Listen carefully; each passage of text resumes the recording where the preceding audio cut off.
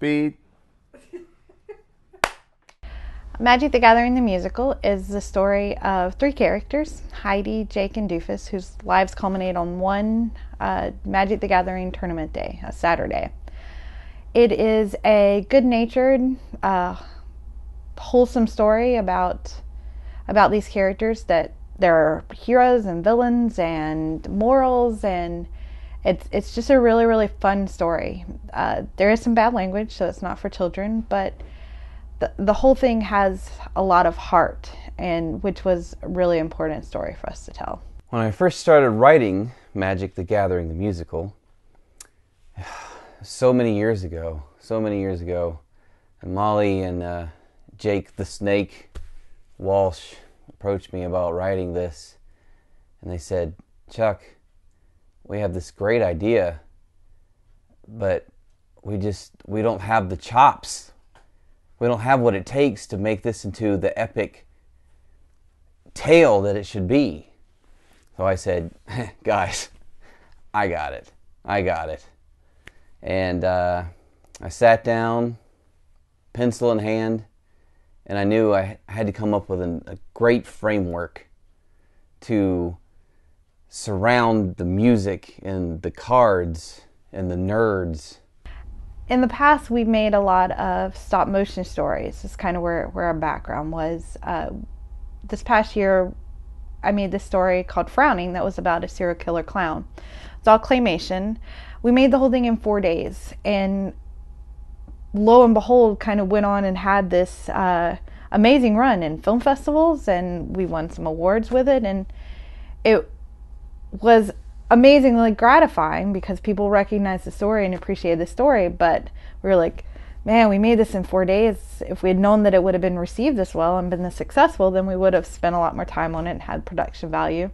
And that's kind of where Magic the Gathering the Musical comes in. It's this amazing story, and we wanted to produce something that was really showed what we could make. And puppets are just an amazing vehicle to tell your story through. You know, puppetry is great because it really is live action animation. You know, you can do anything with a puppet, and you can do so much more with a puppet than you can with a person.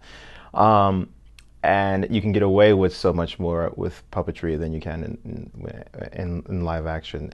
When I see a puppet on stage or on the screen, I believe it is that creature. You know, there's no time when I think that they're trying to pull one over at me.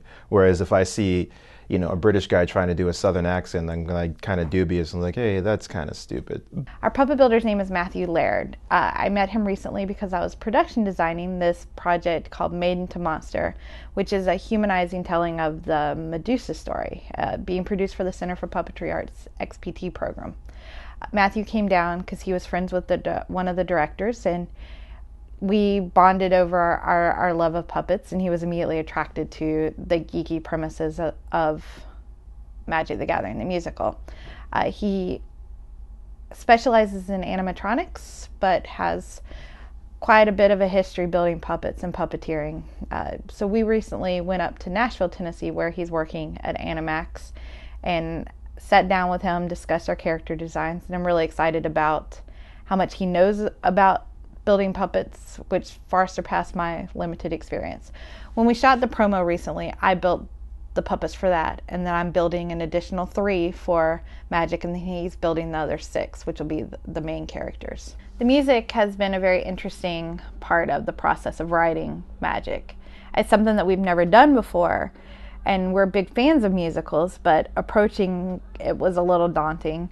Our process has essentially been, we sat down with Chuck and discussed from beginning to end what our story was going to be.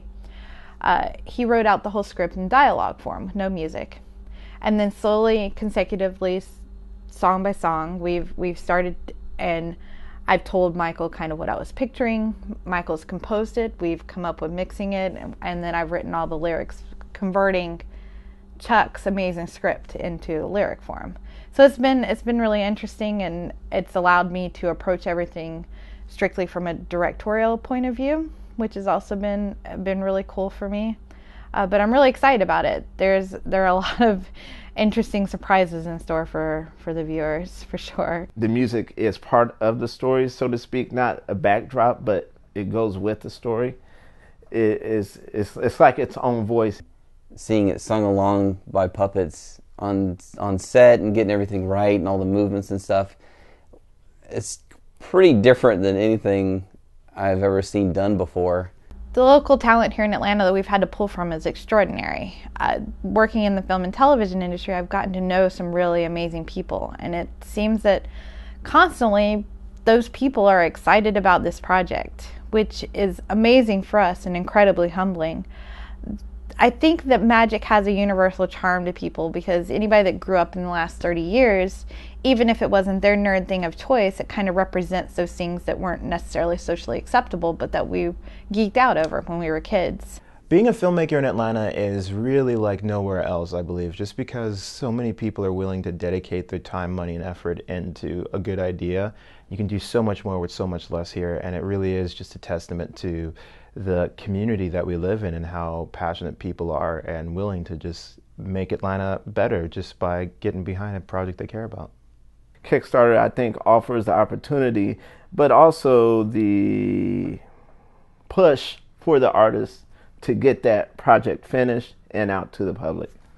The Kickstarter process is great because it kind of boils down an idea to, and gives it out to the masses. If it's good and people like it, they'll fund it, and if not, they won't. And it's amazing that we've had such success thus far, and we're all very happy and grateful for our supporters.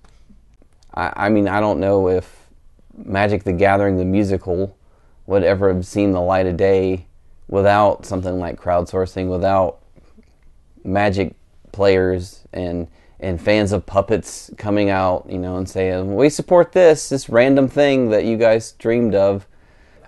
Oh, golly. I'm geeky about Robotech. I'm geeky about G.I. Joe. I'm geeky about, I have sword collections. I'm geeky about horror films.